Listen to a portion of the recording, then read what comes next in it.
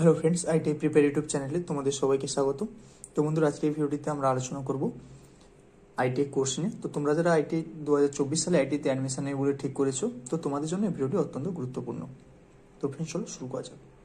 তো আইটি এর পুরো কথা হলো ইন্ডাস্ট্রিয়াল ট্রেনিং ইনস্টিটিউট, অর্থাৎ যেখানে কিন্তু তোমাদের ইন্ডাস্ট্রিতে কাজ করার জন্য দক্ষতাটাকে বাড়ানো হয়। এর জন্য কিন্তু তোমাদের 80% প্র্যাকটিক্যাল এবং 20% থিওরি করানো হয়। সেক্ষেত্রে তোমাদের সেলফ স্কিলের ইমপ্রুভমেন্ট হয়, কেমন? এবং এই আইটিতে অ্যাডমিশনের জন্য তোমরা কারা এলিজিবল রয়েছো, সেক্ষেত্রে তোমরা যারা মাধ্যমিক পাস করেছো এবং তোমরা যারা 8 পাস করেছো, তোমরা কিন্তু এই আইটিতে ফর্ম ফিল আপের জন্য এলিজিবল। অবশ্যই তোমরা যে স্কুল থেকে পাস করেছো ওটা কিন্তু পশ্চিমবঙ্গের ওয়েস্ট বেঙ্গলের মধ্যে হতে হবে, কেমন? এবং তোমাদের যে এজ লিমিট রয়েছে সেটা কিন্তু মিনিমাম 14 ইয়ার্স, অর্থাৎ 14 বছরের উপরে অবশ্যই হতে হবে। মিনিমাম এজ লিমিট হচ্ছে 14 ইয়ার্স এবং আপার কোনো এজ লিমিট নেই, কেমন? এবং হচ্ছে তোমাদের যে আইটি কোর্সের ডিউরেশন, তোমাদের কিন্তু 1 ইয়ারও কোর্স হয় এবং 2 ইয়ারও কোর্স হয়।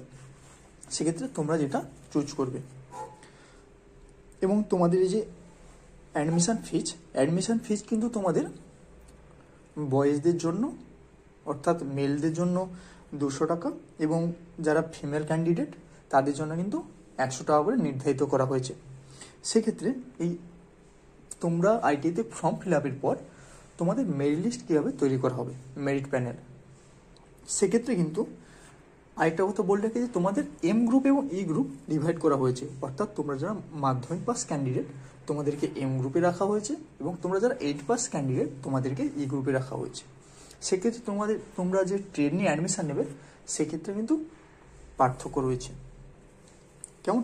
অর্থাৎ মাদার ট্রেড যেগুলো ইলেকট্রিশিয়ান ট্রেড, এইসব ট্রেডকে কিন্তু এম গ্রুপে রাখা হচ্ছে এবং টার্নার ওয়্যারম্যান এগুলো কিন্তু এ গ্রুপে রয়েছে।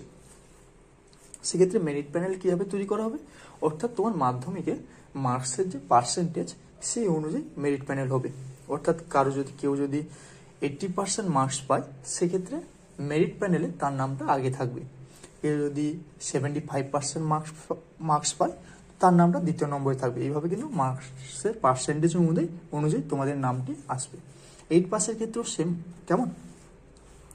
সেক্ষেত্রে তোমাদের ফর্ম ফিল আপ বা আইটিআই ক্ষেত্রে যে যাবতীয় যে নোটিশ আসছে সেগুলি তোমরা দেখতে পারবে wbscvt.in এই ওয়েবসাইটে গিয়ে, কেমন? তো বন্ধুরা, এখন এতটুকুই। পরে তোমরা যারা ড্রপ আউট স্টুডেন্ট রয়েছো, পাস আউট স্টুডেন্ট রয়েছো, আবার অন্য কোনো ট্রেড নিয়ে আইটিআই করবে ভাবছো, তো তাদের জন্য